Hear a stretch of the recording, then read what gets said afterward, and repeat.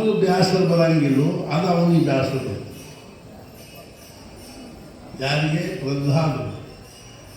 ನಮಗೆ ಅದ್ರೊಳಗೆ ಬ್ಯಾಸರ ಬರೋದಿಲ್ಲ. ಅದ ಉಪ್ಪಿಟ್ಟಿನಾಗ ಬ್ಯಾಸರ ಇಲ್ಲ, ಅದ ಚಹಾದಾಗ ಬ್ಯಾಸರ ಇಲ್ಲ, ಅದ ಅವಲಕ್ಕಿ ಒಳಗೆ ಬ್ಯಾಸರ ಇಲ್ಲ, ಅದ ಭಾಷೆಯಾಗ ಬ್ಯಾಸರ ಇಲ್ಲ, ಅದ ಇಡ್ಲಿಯಾಗ ಬ್ಯಾಸರ ಇಲ್ಲ, ಅದ ಆಫೀಸ್ನಾಗ ಬ್ಯಾಸರ ಇಲ್ಲ. तेच कंटाळा आम्हाला कधीच येत नाही. ಅದ ತರದ ಬ್ಯಾಸರ ಇಲ್ಲೇ ಇಲ್ಲ. ಸಾಧಾರಣ ನಮಗೆ ಈಗ ಒಂದು ಸಣ್ಣವ್ರನ್ನ ಬಿಡು, ದೊಡ್ಡವ್ರನ್ನ ಹಿಡಿ, ಒಂದು 65-70 ವರ್ಷ ಆಗ್ಯಾವಂತ ಈಗ ಸ್ಥೂಲವಾಗಿ ಒಂದು ಲೆಕ್ಕ ಮಾಡಿ ನೋಡಿ, ಇವತ್ತಿನ ತನಕ ನಾವು ಎಷ್ಟು ಉಪ್ಪಿಡ್ತಿದ್ದೀವಿ, ಎಷ್ಟು ಅವಲಕ್ಕಿ ತಿಂದೀವಿ, ಎಷ್ಟು ದ್ವಾಸೆ ತಿಂದೀವಿ, ಎಷ್ಟು ಇಡ್ಲಿ ತಿಂದೀವಿ. ಛೇ ಛೇ ಛೇ ಛೇ ಛೇ ಯಾಕೆ ಅದ ಒಂದು ಟ್ರಕ್ ಉಪ್ಪಿಟ್ಟು ತಿಂದಿದ್ದು ಅಂತ ಆದರೂ ಬ್ಯಾಸರ ಇಲ್ಲ. ಇವತ್ತು ಉಪ್ಪಿಟ್ಟು ಮಸ್ತ್ ಆಗಿತ್ತು, ಇವತ್ತು ಗೊಜ್ಜವಲಕ್ಕಿ ಮಸ್ತ್ ಆಗಿತ್ತು. ಅದ ಚಹಾ, ಅದ ಕಾಫಿ, ಅದ ಊಟ, ಅದ ಉಡುಗೆ, ಅದ ಪ್ರಪಂಚ, ಅದ ಮನಿ, ಅದ ಮಾಡು, ಬ್ಯಾಸರ ಇಲ್ಲ. ಇನ್ನೊಂದು 2-3 ಅವನು ಹೇಳಂಗಿಲ್ಲ, ಬೀಸ್ಕೋಬೇಕಾಗಿಲ್ಲ. ಆದರೆ ಸತ್ಪುರುಷನಲ್ಲಿ ಅದು ತನದ್ದು ಎದುರಾಗ ಬ್ಯಾಸರ ಇಲ್ಲ ಅಂದ್ರೆ ಭಗವಂತನ ನಾಮಸ್ಮರಣೆ.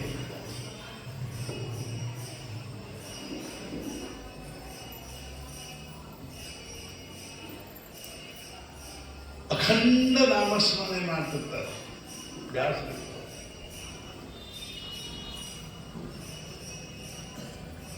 ಮಹಾರಾಜರು ಹೇಳಿದರು, ಭಗವಂತನ ವಿಸ್ಮರಣೆ ಅಂದರೆ ಮಾಯೆಯ ಸ್ಫುರಣ.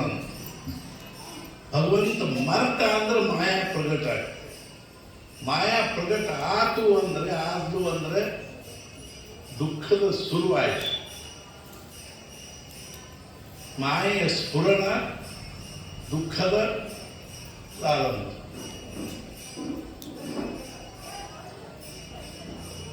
ಭಗವಂತನ ಸ್ಮರಣ ಅಂದ್ರೆ ಮಾಯೆಯ ವಿಸ್ಮರಣ ಅಂದ್ರೆ ಆನಂದದ ಸ್ಫುರಣ.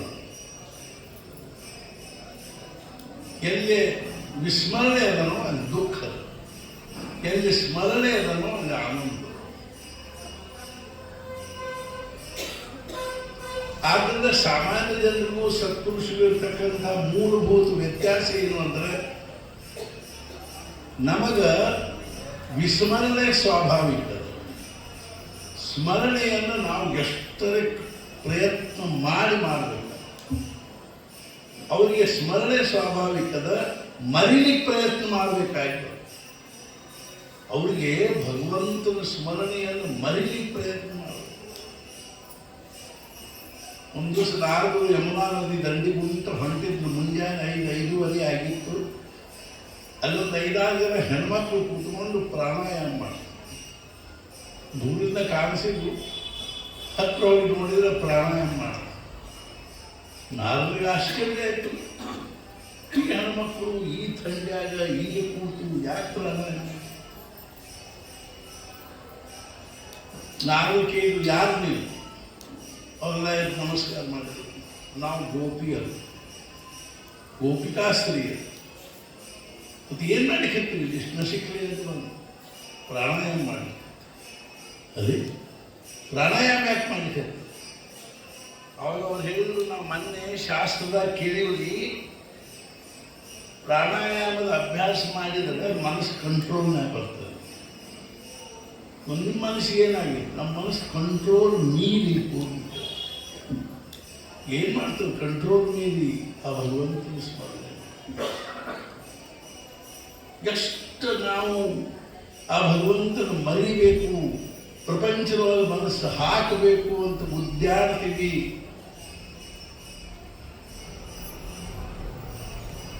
ನಮಗಾಗಲ್ಲ. ಆಸಾಮಹೋ ಚರಣರೇಣು ದುಷಾಮಹಂ ಸ್ಯಾಮ್ ಬೃಂದಾವನೆ ಕಿಮಪಿ ಗುರುಮಲ್ಲತೌಷಧೀನ ಯಾ ದುಸ್ತ್ಯಜಂ ಸ್ವಜನಂ ಆರ್ಯಪಥಂಚ ಹಿತ್ವಾ ಭೇಜುರ್ ಮುಕುಂದ ಪದವಿ ಋಷಿಭಿರ್ಮೃತ್ಯ. ಅವರ ಅವಸ್ಥೆ ಹೆಂಗಾಗಿದೆ?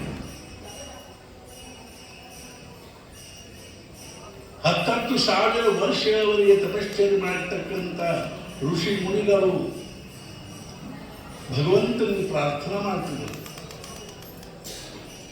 ಹೇ ಪರಮಾತ್ಮ, ನಮ್ಮ ತಪಶ್ಚರ್ಯದ ಫಲಸ್ವರೂಪವಾಗಿ ನಮಗೆ ಏನಾದರೂ ಕೊಡಬೇಕು ಅನಿಸಿದರೆ ನಮ್ಮನ್ನು ಬೃಂದಾವನದಲ್ಲಿ ಏನಾದರೂ ಒಂದು ಗಿಡ ಬಳ್ಳಿ ಕಂಟಿ ಮಾಡಿ ಹುಟ್ಟಿಸು. ಅದೇ ಹಂಗಾಗಿ ನಿಮಗೆ ಗಿಡ ಬಳ್ಳಿ ಕಂಟಿಯಾಗಿ ನಿಮ್ಗೆ ಏನು ಸಿಗ್ತದೆ?